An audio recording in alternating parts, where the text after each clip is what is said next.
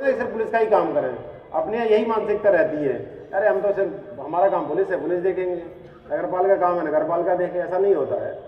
विकास में हमसे कोई काम कहे कि सर ये यहाँ नहीं हो रहा है, हम तुरंत खड़े हो जाते हैं, चलो विकास कहाँ चलना, मैं स्वयं चल रहा हूँ।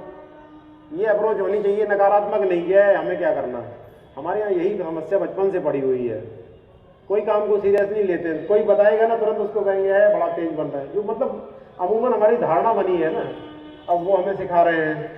ये चीज़ है, ये हमें बचपने से ही मिलती है, इन्हीं को बदलना है। जब ये बदलेगा तभी, ये किसी महापुरुष ने कहा है कि खुद बदलो तो जग बदलेगा। तो हमें पहले अपने को ही बदलना है कि हम स्वयं गंदगी, जहाँ गंदा डालने के स्थान है उसी कूड़ा स्थान पे डालें।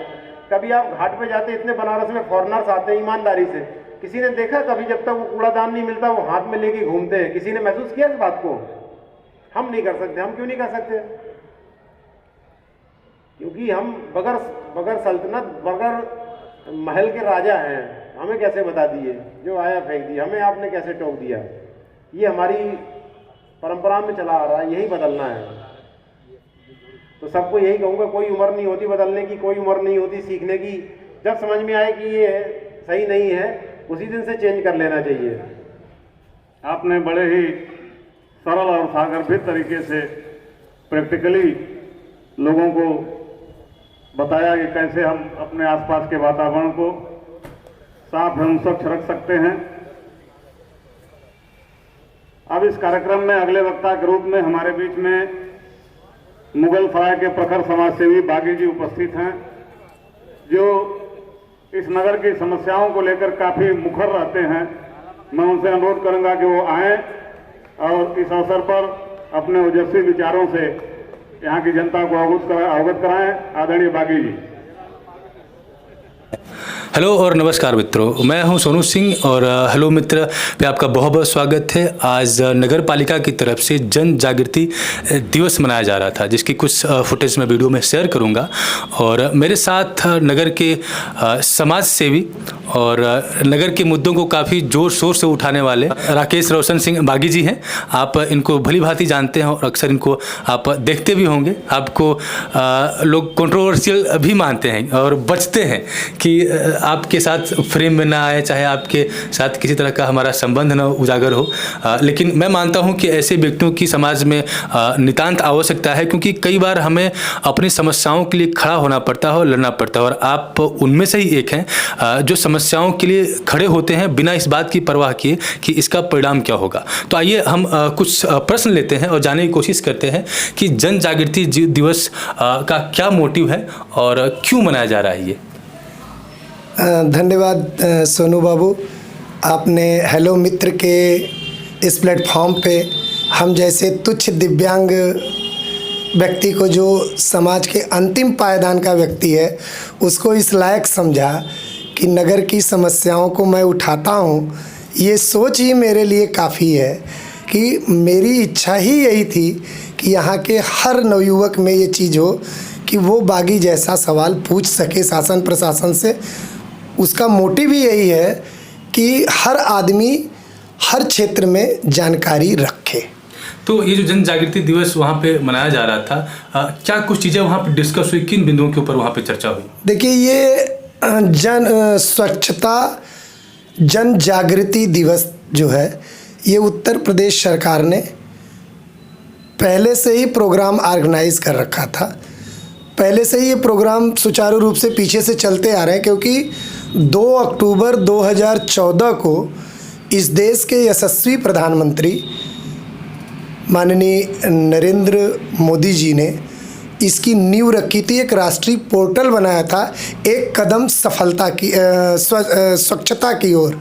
तो ये जो स्वच्छता मिशन, नगर ही नहीं, गांव ही नहीं, पूरे देश के कोने कोने में स्वच्छता को लेकर लोग जागरूक हों कि शहर हमारा कैसे सुंदर होगा, गली हमारी कैसे सुंदर होगी, हमारा नगर कैसे सुंदर होगा, हमारा जो सार्वजनिक प्लेस है, जैसे पार्क है, आपको फील्ड है, बच्चों के खेल कूद का जो जगह है वो है, स्कूल है, अस्पताल है, सभी के साफ सफाई में जन जन को जागरूक करने के लिए यह कार्यक्रम था कि इस तरह से अगर हम लोग इस पे कार्य करेंगे और सारे लोग अपनी जिम्मेदारियों को समझेंगे, जैसे सो के उठने के बाद हर व्यक्ति अपने तन की सफाई करने के लिए शौच जाता है, फिर साबुन से हाथ धुलता है, उसके बाद टूथपेस्ट लेता है, ब्रश करता है, दांतों की सफाई करता है, उसके बाद स्नान करता है, अपने तन की सफाई करता है, उसके बाद वो पूजा पाठ करता है, अपने मन की सफाई करता है। ठीक उसी तरह से वो इसको भी अपने मूल कार्यों में रखे कि हमें अपना घर साफ करके कूड़ा जो बाहर अन्यत्र जगह जहाँ नहीं फेंकना चाहिए वहाँ फेंक रहे हैं वो न फेंकें। अपने कूड़े का, गीले कूड़े का गीले बर्तन में निस्तारण करें, सूखे कूड़े का सूखे में करें। सिटी वाले हमारे आते हैं कूड़ा लेने घर घर को, कूड़ा उनको दें। यथा स्थान जो बनाया गया है, जब हमारा सफाई कर्मी साफ करके वॉलेंटियर लेके कूड़ा जाता है, उसके बाद अगर आपके घर में कूड़ा निकला तो उसको आप अगर उनको नहीं दे पा रहे हैं तो आप उसको ले जाके उस डस्टबिन में डाल दें, उस कूड़ेदानी में डाल दें, सड़कों पे न बिखेरें। नगर स्वच्छ रहेगा तो हम आप स्वच्छ रहेंगे, स्वस्थ रहेंगे। तो नगर स्वच्छ हो और नगर का हर नागरिक स्वस्थ हो, इसी को लेके यह कार्यक्रम आज ऑर्गेनाइज किया गया और इसमें शहर के लोगों ने भाग लिया। जी, ये तो रहा आपकी तरफ से कुछ सुझाव, लेकिन जब नगर की साफ सफाई की व्यवस्था को आप देखते हैं तो किन तरह की चुनौतियों को आप पाते हैं? क्या चुनौतियां हैं साफ सफाई को लेकर नगर में? देखिए, चुनौतियां ऐसा है कि नगर पहले छोटा था, इसकी आबादी कम थी, उस समय सफाई कर्मियों की नियुक्तियां बल्क में होती थी।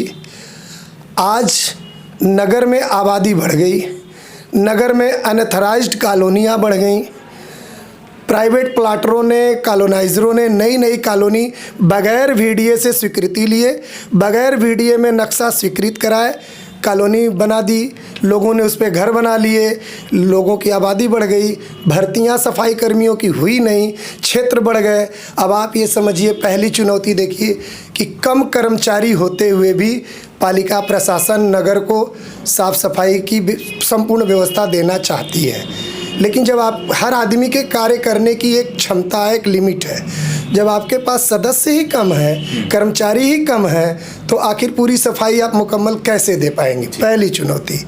दूसरी चुनौती, 7 यहाँ सफाई नायक हैं जिनको आप सुपरवाइज़र भी कह सकते हैं जी। और अगर मतलब गांव देहात और यहाँ की शहर की भाषा में अगर देखा जाए तो उसको आप जमादार कहते हैं।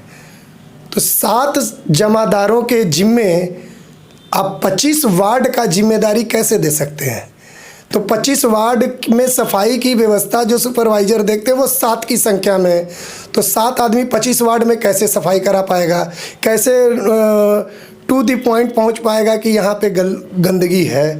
तो पहले तो जो इसमें पढ़े लिखे सुपर हैं, जो सफाई कर्मी हमारे पढ़े लिखे हैं और सुपर में भर्ती हैं, उनको आप प्रमोशन मत करिए, लेकिन उनको आप इंचार्ज सुपरवाइज़र बना के वार्डों में पहले वो मेंटेन करें कि 25 की जगह कम से कम 20 सुपरवाइज़र करें, तब तो जाके हल्का साफ हो पाएगा। चलिए, हेलो मित्र के इस प्रोग्राम में जुड़ने के लिए आपका बहुत बहुत धन्यवाद।